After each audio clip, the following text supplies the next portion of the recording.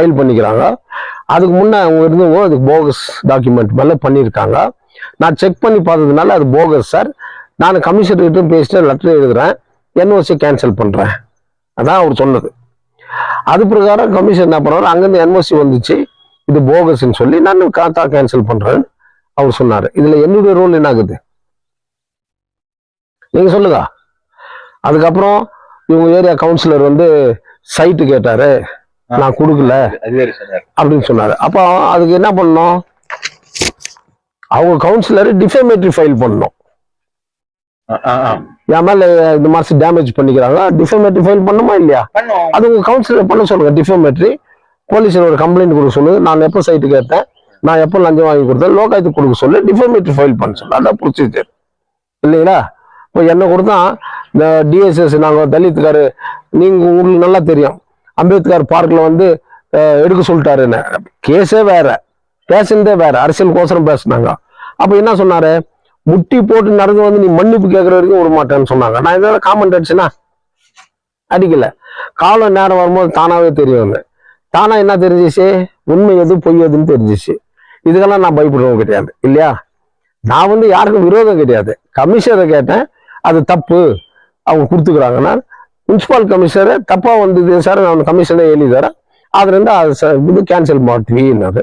நீ போய் டிசி கிட்ட சொல்லு, கமிஷனர் கேன்சல் பண்ணது தப்பு சார், நான் யோகியன், என்ன மாதிரி யோகியம் யாரும் இல்லைன்னு. அதுல வந்து ஜாதியை கொண்டாந்து புகுத்துற.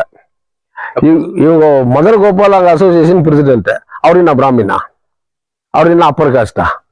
அது மாதிரி இதுல காஸ்டுக்கு இதுக்கு சம்மந்தம் இல்லை. அது மிஸ்யூஸ் பண்ணக்கூடாது, கேஸ்ட மிஸ்யூஸ் பண்ணக்கூடாது. அதனால என்ன இவங்க அங்க வரக்கூடாதுன்னு சொல்றாங்க. சேலஞ்ச் பண்ணணும் கோர்ட்ல. என்ன கோர்ட்ல இருக்குது, அவர் என்ன சொல்றாரு, உங்ககிட்ட தானே சொன்னாருங்க உங்க டிவில. கோர்ட்ல இருக்கும்போது அவங்க எப்படி கேன்சல் பண்ணாங்க? கோர்ட்ல இருக்கும்போது நீ எப்படி காத்தா பண்ண? 2012 கேஸ் இருக்கு சார். எப்படி காத்தா பண்ண? இன்ட்ரீம் ஸ்டே வர எடுத்துக்கிறீங்க இல்லையா? நீங்க ஸ்டே எடுத்திருக்காங்க. ஸ்டே எடுத்துக்கிறது தெரிஞ்சு கூட நீ காத்தா பண்றோம்னா என்ன அர்த்தம்? சட்டத்துக்கு புறம்பாடா என்னால் செய்ய முடியும் அப்படின்றது தானே உன்னுடைய அதிகார தோரணை. நான் ஒரு முனிசிபாலிட்டி பிரசிடென்ட் இருந்தேன் அப்படின்னா எனக்கு அதை பத்தி சம்பந்தமே இல்லை. அது உன்னுடைய சேலஞ்சு. அதுக்கு காம்படிஷன் பண்ண வேண்டியது நீ. நாளைக்கு உனக்கே ஒரு ப்ராப்ளம் வந்து எனக்கு இப்படி செய்யுங்க சார்னாக்கா, உந்து ப்ராப்ளம் நியாயமா இருந்தாக்க உனக்கும் செய்வேன். நான் எனக்கு ஒன்றும் விரோதமே இல்லை. உங்களுக்கு நான் விரோதியா இருக்கலாம், எனக்கு யாரும் விரோதியா கிடையாதுங்க இல்லையா? அது உங்க டிவியில வந்துச்சு, நான் பார்த்தேன். அவங்க என்ன சொல்றாங்க, கேஸ் நடந்துன்னுக்குது, சர்வே நம்பர் பிரகாரம் 1ல அவங்க கொடுத்துக்கிறாங்க, 2 வந்து என் பேர்ல இருக்குது, அந்த அம்மா விற்க வேண்டியது 2ல, 1ல அவங்க எப்படி இதுல வித்தாங்க அப்படின்னு கேட்கறாங்க. கரெக்டுங்களா? அது கோர்ட்ல இருக்குது. சேலஞ்ச் எங்க பண்ணணும்? கோர்ட்ல பண்ணணும். கமிஷனர் என்ன லெட்டர் கொடுத்துக்கிறாரு, நீவே டிரான்ஸ்ஃபார்மர் ரிமூவ் மாடுக்கொண்டு போய்க்கணும். யாராவது பப்ளிக் போய் டிரான்ஸ்ஃபார்மர்ல கை வைக்க முடியுமா? நல்லா யோசனை பண்ணி பாருங்க. காமன் சென்ஸ் இருக்கணும். These white collar criminals, if they do mistakes, it is my right to question to them. அவங்க பப்ளிக் மணியில் இருக்கிறவங்க, அவங்களை கேட்கக்கூடாதுன்னு இல்லை, அதிகாரிங்க தப்பு பண்றதை தான் கேட்கணும். அதிகாரம் என்ன கொடுத்து கடவுள் உனக்காக கொடுத்துக்கிற உத்தியோகம், அதிகாரம். 4 பேர் உங்ககிட்ட வந்து கேட்கறாங்க நியாயத்தை, அது கடவுள் செய்த புண்ணியம் உனக்கு. அதுல உக்காந்துக்கின்னு நான் ஜனங்களுக்கு செய்ய மாட்டேன், நான் இப்படிதான் பண்ணுவேன் அப்படின்னு சொன்னாக்கா நீ தான் ஒயிட் காலர் கிரிமினல் ஆயிடுவேன். நான் ஏழைகளுக்காக செய்யுங்க, ஏழை தப்பு பண்ணிட்டு போனா ஏழைக்காக செய்யணும்னா எது நியாயம் இருக்குதோ அது செய்யணும்னு சொன்னா அவ்வளவுதான். அதுக்கு என் பேரெல்லாம் யூஸ் பண்ணாக்கா அது அவ்வளோ நல்லா இல்லை. ஒரு பொலிட்டிக்கல் இருந்த நீ கவுன்சிலர் ஆன, யாரால கவுன்சிலர் ஆனதோ கொஞ்சம் தெரிஞ்சு வச்சுக்கணும் இல்லையா? அது நான் சொல்லி இல்லை, அது ஊருக்கே தெரிஞ்ச விஷயம்.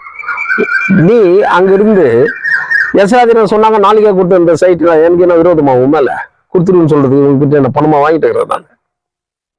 இல்லை இவங்கெல்லாம் ஒரு அமௌண்ட் கொடுத்துட்டு எனக்கு நீங்க கொஞ்சம் செய்யுங்க சார் நான் சொன்னாங்க. இல்லை நீ எனக்கு அந்த சைட்டு கொடுத்துருன்னு சொன்னாக்கா நான் கொடுத்துறேன்னாக்கா நானே சொல்ல வேண்டியது உன் சைட்டு உண்ணுது, நீ ஃபைட் பண்ண வேண்டியது உண்ணுது, அவங்க ஃபைட் பண்ண வேண்டியது அவங்களுக்கு. அவங்க 8 கடை போகஸா கட்டினுக்கிறாங்க. கமிஷனர் கிட்ட போ, டிசி கிட்ட போ, சேலஞ்ச் பண்ண. அவங்க போகஸ் எடுத்து ஒடிச்சு தள்ள. ஜெயின் சேவா சங்கம் ஒண்ணு ஒடிக்கலையா? இதே ஜெயின் சேவா சங்கம் முனிசிபாலிட்டி ப்ராப்பர்ட்டி எங்களுக்கு கொடுத்துக்கணும்னா அண்டர் கிரவுண்ட்ல இருந்து ரெக்கார்ட் செட்டினார சொல்லி சுசிலா தேவி சிக்னேச்சர் இவங்க போகஸா பண்ணாங்கன்னு சொல்லி ப்ரூவ் பண்ணி கவர்மெண்ட் பிரின்சிபால் செக்ரட்டரி ஸ்பாட்டுக்கு வந்து சப்ராஸ்கார் இருக்கும்போதோ டெமாலிஷ் பண்ணுவேன் நான். ஸ்கூல் படிக்கிற பிள்ளைங்களுக்கு காம்பவுண்ட் போட்டு ராவ் எல்லா ரவுடிகளுக்கும் பணம் கொடுத்துட்டோம், எல்லா அரசியல்வாதிகளுக்கும் பணம் கொடுத்துட்டோம். நாங்க என்னையும் சேர்த்து தான் அரசியல்வாதிலாம். அந்த ஒரே காரணத்துக்காக டிசி கிட்ட பேசிட்டு மறுநாள் காலையில் 6:30 மணிக்கு அது இடிக்கிறானா இல்லையான்னு பார்த்துட்டு அப்புறம் நான் சென்னைக்கு போனேன். இச்சத்தல்லாம் இல்லையா? எல்லாரும் வேலைக்கு வாங்கலாம். எஸ்ரா வேலைக்கு வாங்குறது ஒரே ஒரு ஆளால் தான் முடியும், எங்க அம்மாவால். இந்த பெத்தவர் தான் என்ன வேலைக்கு வாங்க முடியும், வேற யாராலும் வேலைக்கு வாங்க முடியாது. எந்த வேலைக்கும் நான் போறவனும் கிடையாது. அதனால அவங்க கானூன் பிரகாரம் காத்தா இல்லை, அவங்க அசோசியேஷன் வச்சுருக்கிறீங்க இல்லைங்களா? உங்க அசோசியேஷன் பிரகாரம் என்ன காரணம் இருக்குதுன்னு போலீஸ் ஸ்டேஷன்ல போய் ஒரு கம்ப்ளைண்ட் கொடுவோம். சார் எங்களுக்கு இந்த மாதிரி பயமா இருக்குது, எங்களுக்கு ட்ரபிள் இருக்குது, இப்படி இருக்குது உங்களுக்கு தோணுச்சுன்னா நீங்க அதானே என்கிட்ட சொன்னீங்க. ரவுடிசம் பண்ணுவாங்க சார், மற்றபடி எங்க மேல இருந்தா கோபமா வருவாங்கல்லக்கா, போலீஸ்ல போய் ஒரு பாதுகாப்பு கேளுக்கா. போலீஸ்ல அதெல்லாம் நான் எடுக்க மாட்டேன்னு சொன்னாக்கா ரைட்டிங்ல கொடுங்கன்னு கேளுங்க. சிசி கேமரா வச்சுக்கிறாரு, புரியுதுங்களா? இப்போ ஒருத்தர் பெட்டிஷன் கொடுக்குறாரு, எஸ்ஐ எடுத்துக்க மாட்டேங்கிறாரு, இன்ஸ்பெக்டர் எடுத்துக்க மாட்டேங்கிறாரு. அவங்க என்ன பண்றாங்க, டிஎஸ்பி கிட்ட கொடுக்குவாங்க, எஸ்பி கிட்ட கொடுப்பாங்க, அவங்களும் எடுத்துக்க மாட்டாங்க.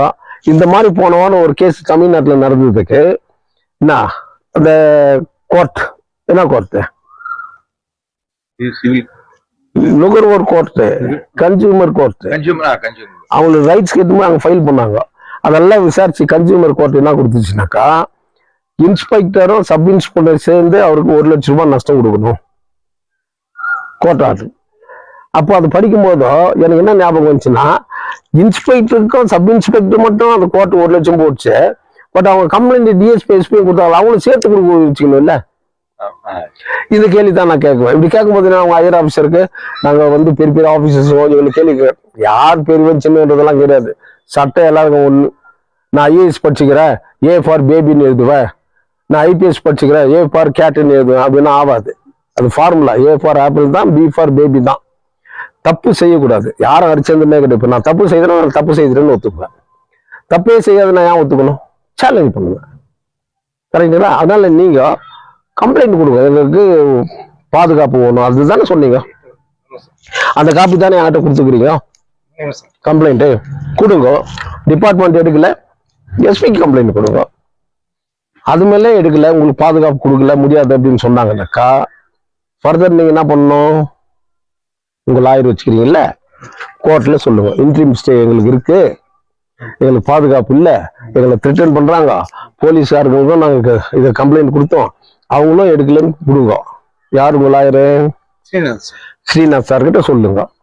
அவர் அது மேல என்ன கோர்ட்ல ப்ரொடியூஸ் பண்ணுவாரு, கோர்ட்ல சொல்லுவாரு, ஜட்ஜி தான் சொல்லுவாரு, இந்த மாதிரி இது அவங்களுக்கு ஒரு பாதுகாப்பு கோர்ட்ல கூட கேட்கலாம்.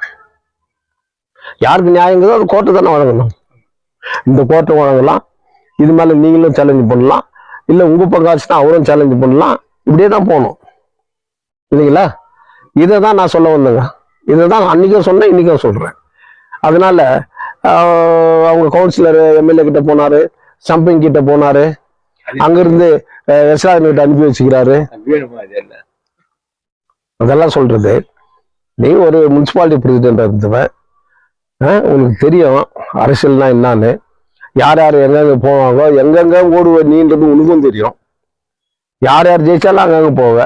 சம்பிங் ஜெயிச்சா சம்பிங் கிட்ட இருப்ப, எஸ்ராஜ் ஜெயிச்சா எஸ்ராஜ் கிட்ட இருப்ப, பக்தவச்சல் ஜெயிச்சா பக்தவச்சல் கிட்ட இருப்ப. கேட்டாக்கா எனக்கு பணம் தான் முக்கியம் அப்படின்னு பேசுவேன். நான் அந்த பாட்டெல்லாம் எடுத்து சொல்ல ஆரம்பிச்சேனாக்கா அது நல்லா இருக்காது. நீ ஸ்டேட்மெண்ட் கொடுக்குற, நீ உன் ஸ்டேட்மெண்ட்டை கொடுக்கணும். என்கிட்ட 1000 பேர் வரான், சார் எனக்கு இந்த ப்ராப்ளம் இருக்குது, நீங்க சால்வ் பண்ணல, தப்பே ப்ராப்ளத்தை நான் சால்வ் பண்ண போறேன்னு நீ மேல சேலஞ்ச் பண்ணணும் இல்லைங்களா சார்? அந்த சேலஞ்சு உங்க கவுன்சிலர் பண்ணணும். உங்க கவுன்சிலர் மேல அவர் சார்ஜ் பண்றாரு, அது பண்றது கரெக்ட் தானே? என்ன சைட்டு கேட்டா நான் கொடுக்கலன்னு இந்த மாதிரி ஜனங்களை தூண்டி விட்டுனுக்குறான் அப்படின்னு சொல்லிக்கிறாரு இல்ல? நீ என்ன பண்ணணும்? கவுன்சிலரு என்னுடைய இமேஜ் போகுது, நாளைக்கு நான் கவுன்சிலர் என்னக்கா அந்த ஏரியால என்ன நினைக்குவான், சேலஞ்ச் பண்ணி நீ கம்ப்ளைண்ட் கொடுக்கணும்.